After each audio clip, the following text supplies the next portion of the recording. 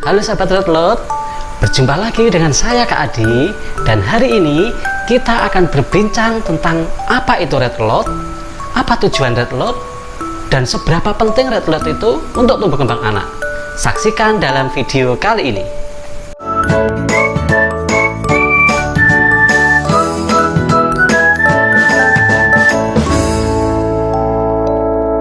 Halo teman-teman semua, saya Dwi Supriyadi, dan kali ini kita akan berbincang seputar Read A Lot dan keseruannya bersama Kak Adi, pemilik channel Sang Pengisah.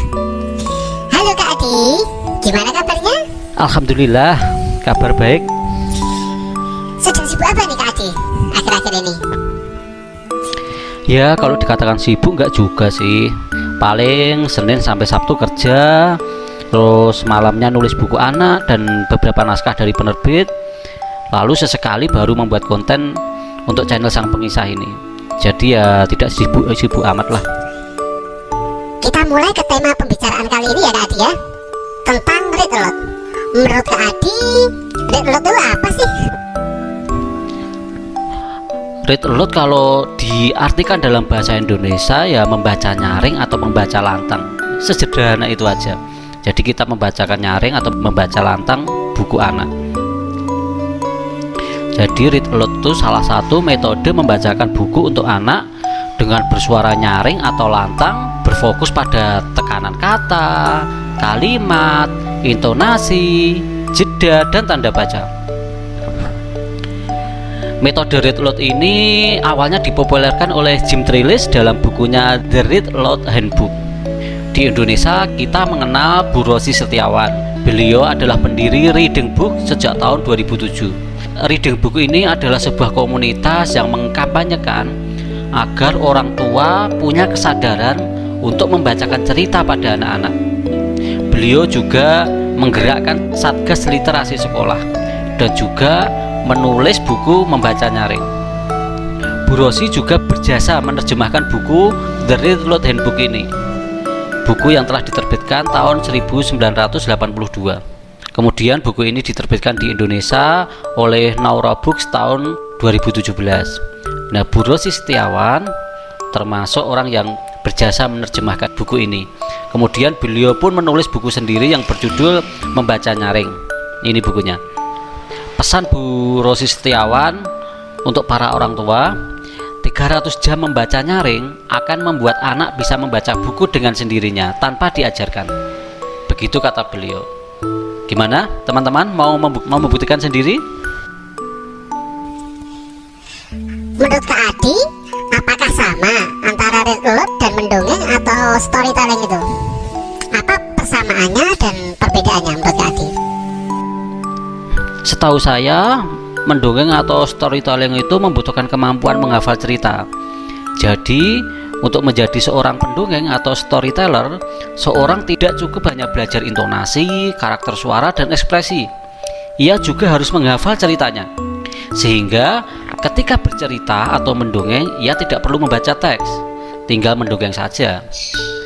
Selain itu, seorang pendongeng atau storyteller biasanya menggunakan alat peraga seperti boneka, terus aneka gambar, dan lainnya. Sedangkan Read A Lot itu lebih sederhana. Kita tidak perlu menghafal cerita, kita tinggal ambil buku, lalu ajak anak, dan kita membacakan buku sesuai teks di isi buku. Kita tidak perlu menghafal. Jadi lebih simpel. Intinya Read A Lot itu bisa dilakukan oleh siapa saja selama ia bisa membaca dan memiliki buku. Jika dibuat semacam tabel, apa perbedaan antara storytelling atau mendongeng dengan Read A Lot seperti ini. Bisa dilihat di tabel ini. Jadi, apa tujuan Read A Lot sebenarnya menurut Kak Adi? Kita sebagai orang tua atau orang dewasa di sekitar anak-anak harus mengerti sejak dini bahwa tujuan Read A Lot bukan mengajari anak membaca. Sekali lagi, Read A Lot bukan untuk mengajari anak membaca, tapi kita ingin memberikan pengalaman yang menyenangkan bagi anak saat berinteraksi dengan buku. Seperti yang dikatakan Jim Trelease dalam bukunya The Read A Lot Handbook, bahwa kita harus memastikan bahwa pengalaman awal anak dalam membaca itu tidak menyakitkan, sehingga mereka akan senantiasa gembira mengingat pengalaman tersebut kini dan selamanya. Nah, itu yang harus kita tanamkan sejak dini, bahwa tujuan read aloud itu memberikan pengalaman yang bahagia seorang anak dengan buku, bukan mengajari anak membaca. Saat anak sudah suka, ia akan mengalami percepatan dalam proses pembelajaran apapun.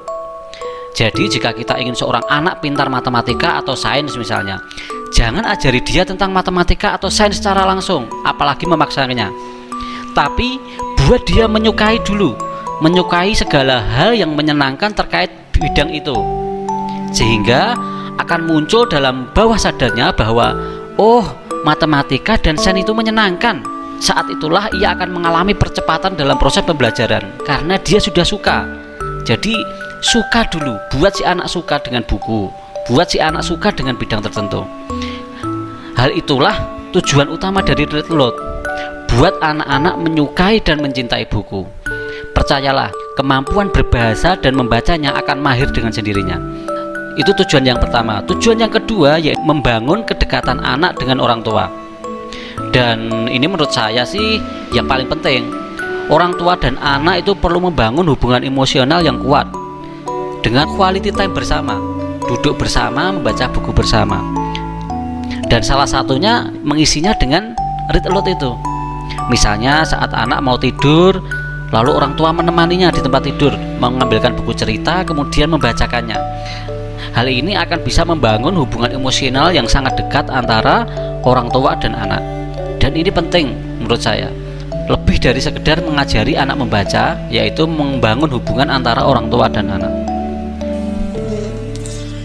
Jika kita sebagai orang tua atau orang dewasa melakukan read aloud kepada anak-anak, apa manfaat yang didapat? Manfaat yang pertama yaitu menstimulasi otak anak. Anak yang rutin membaca buku, neuron di otaknya akan terangsang dan saling terhubung. Ini penting untuk perkembangan bahasa dan imajinasinya. Terus yang kedua yaitu melatih pendengaran. Saat kita meread aloud, anak akan belajar mendengarkan cerita dengan mengenal yang namanya intonasi, volume, suara, dan jeda.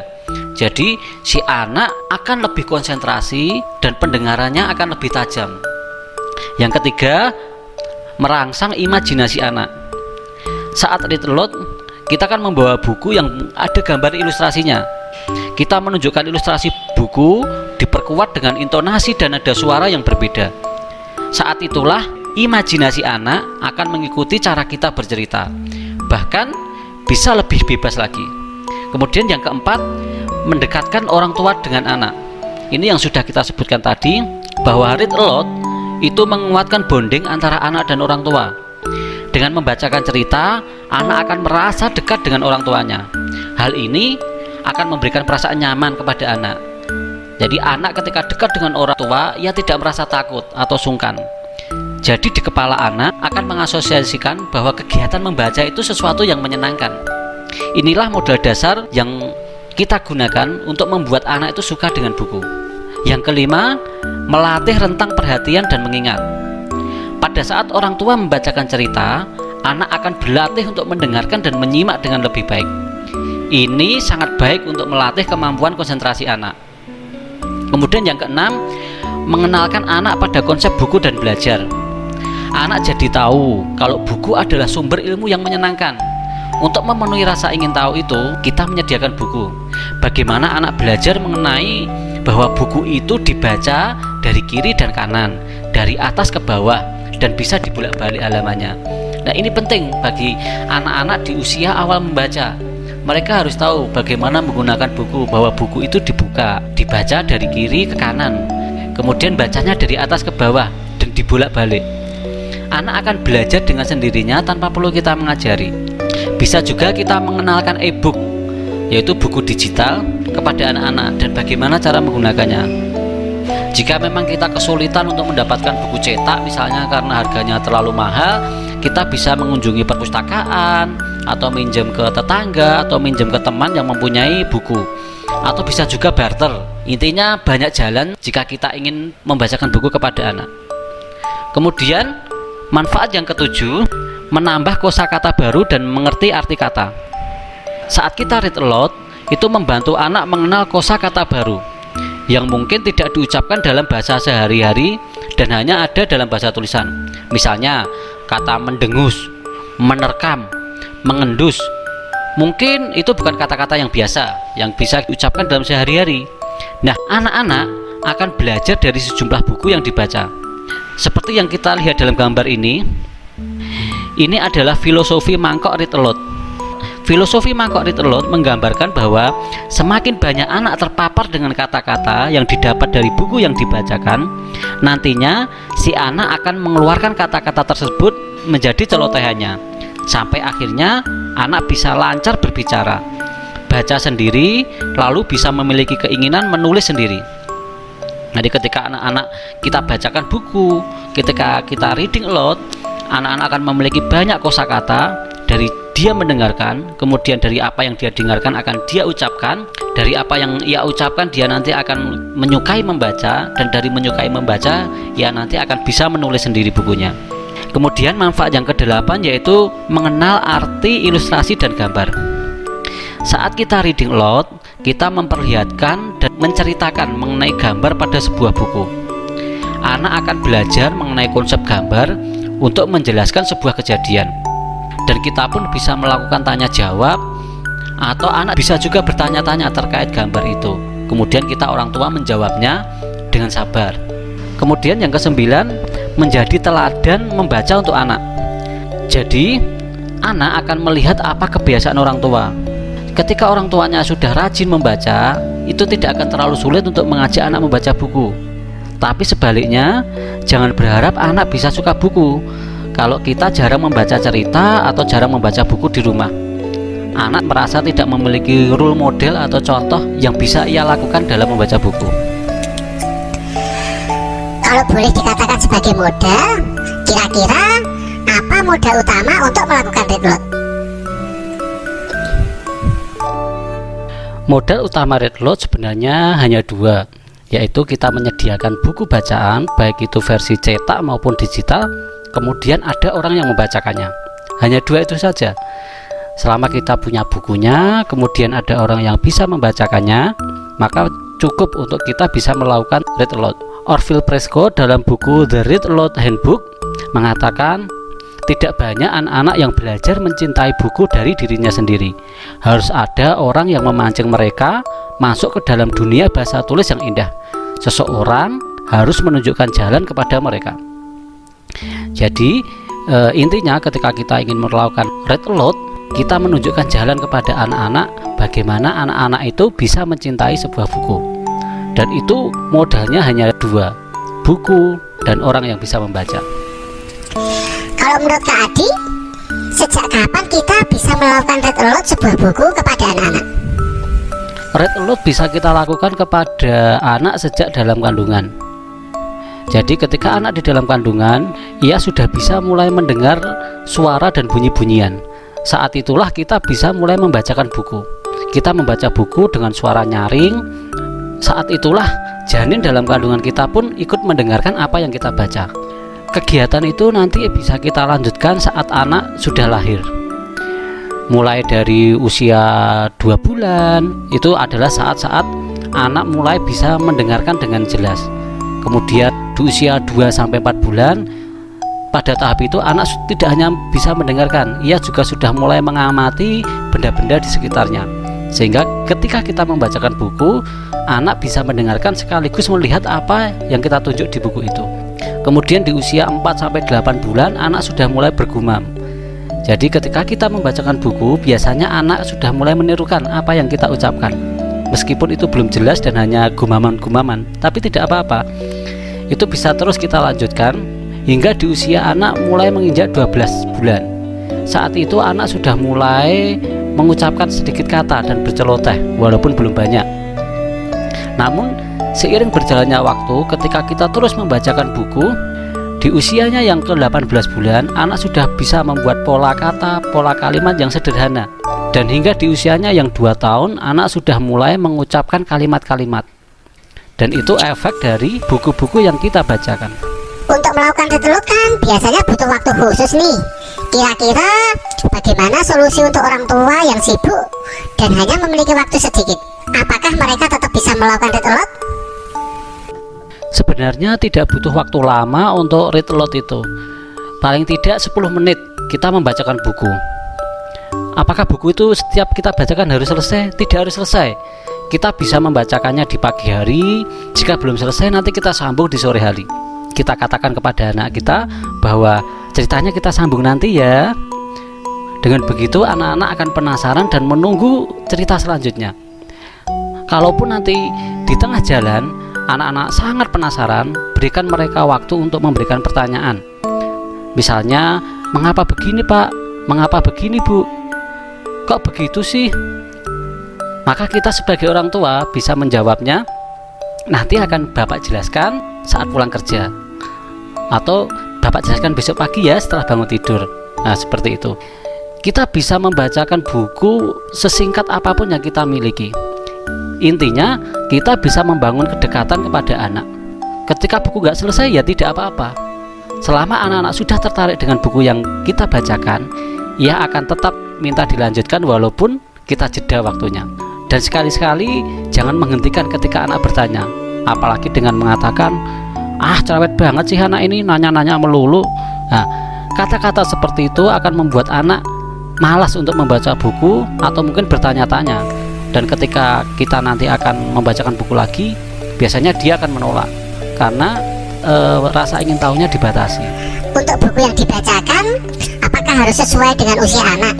Atau kita bebas saja memilih buku untuk anak-anak?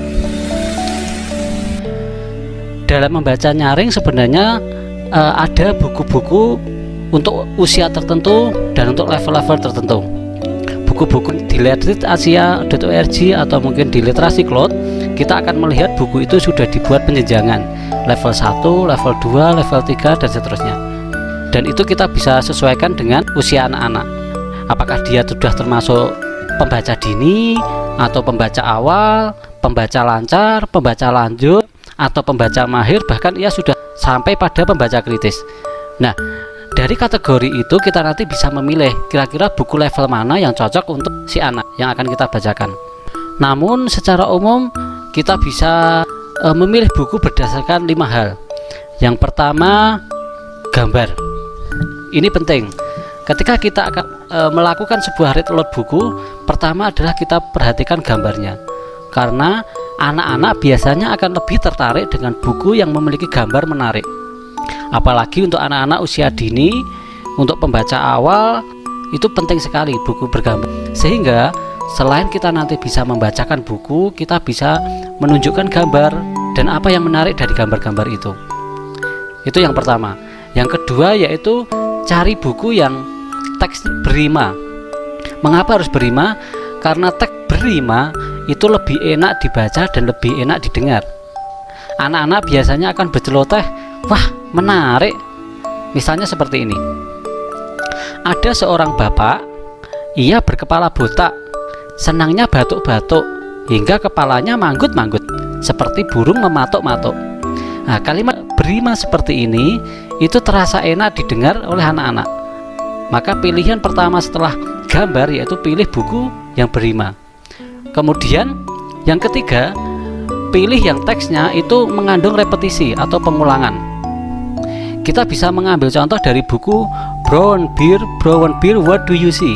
Karangan Eric Charlie. Kira-kira seperti ini kalimatnya.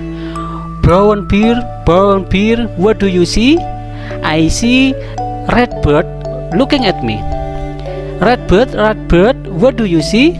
I see yellow duck look at me, dan seterusnya. Nah, kalimat pengulangan atau repetisi seperti ini akan membuat anak penasaran dan menimbulkan rasa ingin tahu. Dan itu juga terasa enak didengar seperti halnya kalimat berima tadi. Biasanya ketika anak-anak melihat kalimat yang banyak pengulangan, mereka akan melihat ada gambar apa sih? Kok itu diulang lagi, ada gambar apa sih? Nah, ini akan semakin menarik ketika buku itu berbentuk pop up. Anak-anak biasanya akan melihat wow atau mengatakan wah menarik sekali, ya seperti itu. Jadi yang pertama tadi gambar, kedua adalah buku berima, ketiga adalah buku yang banyak repetisi. Yang keempat yaitu buku yang mengandung sebuah value atau nilai-nilai tertentu bagi anak. Misalnya buku yang memperkenalkan budaya, peradaban, komunitas, dan hal-hal di sekitar mereka. Biasanya anak-anak akan lebih tertarik, apalagi itu terkait sesuatu yang baru yang sebelumnya mereka belum tahu. Sehingga itu akan memberikan nilai khusus bagi anak dan mereka akan merasa betah ketika dibacakan buku itu. Yang kelima yaitu cari buku yang bisa membuat anak berinteraksi, yang bisa mengundang anak bertanya terkait tentang apa yang ada di buku itu. Misalnya di dalam buku itu ada pertanyaan, kira-kira ada apa ya di balik pohon itu? Atau mungkin kira-kira di rumput itu ada apa aja ya? Atau berapa ya jumlah bola yang berwarna merah? Nah, kalimat-kalimat yang interaktif seperti itu biasanya disukai anak-anak. Itu adalah 5 hal pilihan buku yang bisa kita jadikan acuan selain penjejangan, yaitu gambar yang menarik, buku berima, buku yang mengandung repetisi, buku yang menimbulkan interaksi ke anak-anak. Untuk melakukan read aloud tentu tidak bisa begitu saja dong, pasti ada tahap-tahapnya. Kira-kira tahapan melakukan read aloud menurut Kak Adi seperti apa? Secara umum read aloud dibagi menjadi 3 tahap, yaitu tahap sebelum read aloud, saat read aloud, dan setelah read aloud. Sebelum read aloud apa yang kita lakukan? Yang pertama yaitu tunjukkan buku yang akan dibaca dan mengapa buku itu kita pilih. Jadi kita tunjukkan sampul bukunya, kemudian kita sedikit berikan penjelasan buku ini menarik dan mengapa menarik, sehingga anak-anak juga tertarik untuk membacanya. Kemudian sebutkan judul bukunya, nama pengarang dan ilustratornya. Biasanya seperti ini. Kakak akan membacakan buku berjudul titik-titik. Buku ini ditulis oleh titik-titik dan diilustrasi oleh titik-titik. Nah, jadi selain anak mengetahui bukunya, keistimewaan, kita juga mengenalkan mereka tentang judul buku itu, siapa penulisnya dan ilustratornya. Kemudian yang ketiga, berikan gambaran singkat cerita. Misalnya kita ajak anak untuk melihat sampul buku, kemudian kita beri gambaran singkatnya. Kira-kira buku itu nanti bercerita tentang apa, karakternya siapa, apa hal yang menarik, ya, seperti itu. Kemudian yang keempat yaitu gali latar belakang pengetahuan anak-anak terkait dengan cerita yang akan kita bacakan. Misalnya bercerita tentang kodok. Kita tanya, anak-anak pernah melihat kodok? Kodok itu tinggalnya di mana ya? Kodok itu kesukaannya apa ya? Teman kodok siapa saja ya? Nah, kita gali pengetahuan anak-anak sebelum kita membacakan buku terkait karakter yang akan kita bawakan, sehingga anak-anak bisa masuk lebih dalam saat nanti kita bacakan cerita. Kemudian jika si anak itu masih pembaca awal atau pembaca pemula, kita bisa membolak-balik buku dengan menunjukkan ilustrasi-ilustrasi yang menarik tanpa membacanya, sehingga anak akan merasa tertarik. Kemudian kita baru mulai membacakannya. Nah, itu tadi beberapa persiapan sebelum read aloud, yaitu tunjukkan bukunya, sebutkan judul buku, pengarangnya, ilustratornya, kemudian berikan gambaran singkat, gali pengetahuan anak-anak tentang cerita yang akan kita bacakan, dan perlihatkan ilustrasi-ilustrasi di dalam buku. Tahap selanjutnya yaitu tahap reading aloud.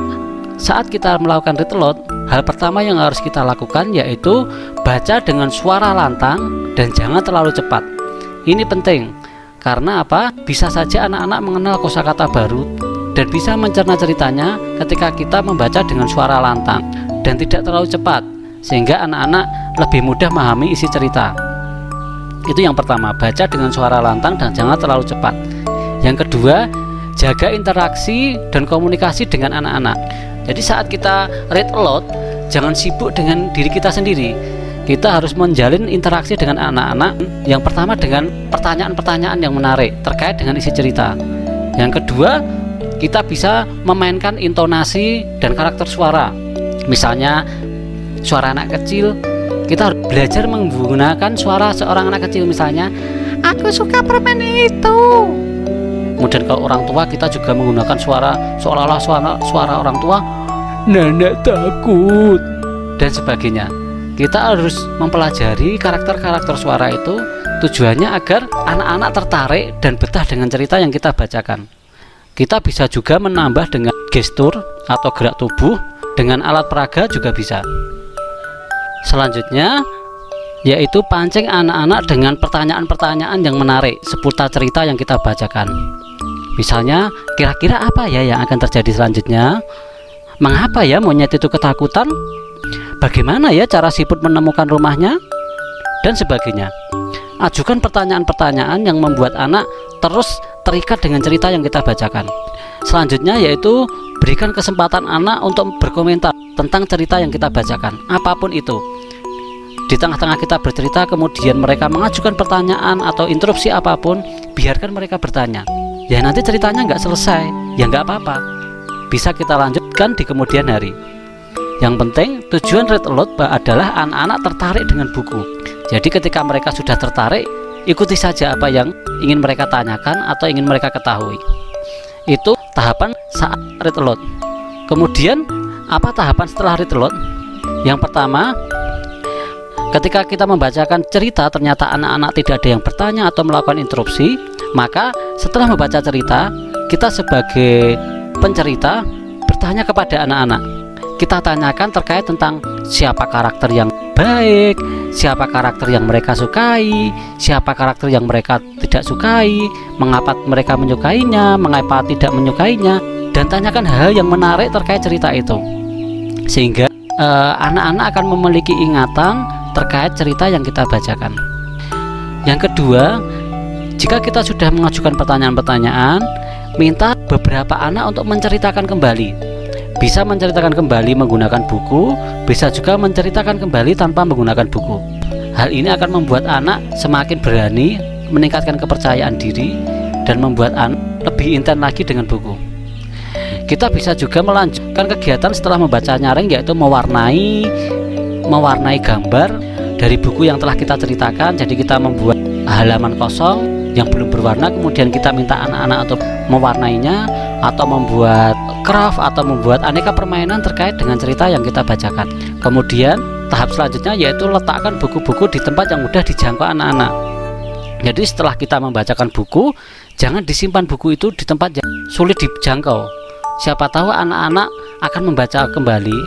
Taruh buku itu di tempat yang mudah, di atas meja, di rak buku, atau mungkin katakan kepada anak kita, buku ini Bapak taruh di sini ya, Bunda taruh di sini ya, sehingga ketika anak-anak ingin membaca lagi, mereka sudah tahu harus kemana. Ini pertanyaan terakhir untuk tadi. Apa pantangan atau sesuatu yang harus dihindari dalam read aloud? Jadi ada beberapa pantangan atau hal-hal yang jangan dilakukan ketika membaca nyaring atau read aloud. Yang pertama, jangan bacakan cerita yang kita sendiri tidak suka. Mengapa ini penting? Karena ketika kita sendiri tidak menyukai buku yang kita bacakan, kita tidak akan bisa menceritakan dengan cara yang menarik. Maka hal yang pertama adalah pilih buku yang menarik. Jika itu merasa tidak menarik, jangan dipilih, cari buku yang lain. Itu pantangan pertama, jangan mengambil buku yang kita tidak suka. Kecuali memang buku itu dipilih oleh anak kita, kemudian ayah bunda ceritakan, maka kita harus berusaha untuk menyukai buku itu, menyukai cerita itu, dan kita harus bisa menceritakan dengan menarik. Tapi ketika itu tidak ada permintaan dari anak-anak, maka kita bisa memilih. Jika kita memang tidak suka, tidak usah dibacakan. Yang kedua, jika kita tidak mengetahui buku itu baik atau buruk, misalnya tadi ketika anak kita membawakan buku, kemudian ayah bunda bacakan buku ini, lalu kita belum tahu buku itu seperti apa, kita tiba-tiba membacakannya, dan di tengah jalan kita tahu bahwa buku itu tidak bagus untuk anak-anak, maka saat itu juga hentikan, jangan dilanjutkan. Jadi yang pertama tadi, jangan membaca buku yang kita tidak suka. Yang kedua, jika di tengah jalan kita membaca buku yang menurut kita itu mungkin baik, tapi di tengah jalan ada sesuatu yang tidak baik, maka hentikan. Yang ketiga, jangan membuat anak-anak kewalahan. Artinya kita membacakan buku dengan banyak dialog panjang, dan membaca kita pun sangat cepat, sehingga anak-anak akan kewalahan mengikutinya. Hal seperti itu akan membuat anak-anak bosan dan tidak menyukai buku. Kemudian yang selanjutnya, jangan pilih buku yang sudah pernah ia dengar ceritanya, atau mungkin sudah sering ditampilkan di televisi dalam bentuk film atau yang lainnya. Karena apa? Anak-anak sudah bisa menebak alur ceritanya. Kecuali memang anak-anak ingin mengulang cerita itu, mereka yang minta, maka kita bisa membacakannya. Tapi ketika mereka tidak minta dan kita tahu bahwa buku itu sudah berulang kali kita baca, jangan dipilih, pilih buku lain. Jika stoknya sudah habis, kita bisa membeli lagi di toko buku, atau mungkin ketika harganya tidak terjangkau, kita bisa ke perpustakaan untuk meminjam. Kemudian pantangan berikutnya yaitu jangan takut menghadapi banyak pertanyaan. Anak-anak biasanya memiliki rasa ingin tahu yang tinggi, dan wajar ketika di tengah-tengah kita bercerita, itu mereka akan bertanya ini itu. Dan kita jangan sampai fobia dan takut untuk menjawab pertanyaan-pertanyaan itu, dan mengatakan, cerewet, nanti toh pertanyaannya ini baru cerita, atau mungkin ungkapan-ungkapan lain yang membuat anak akhirnya tidak mau lagi untuk bertanya. Nah, itu justru berbahaya.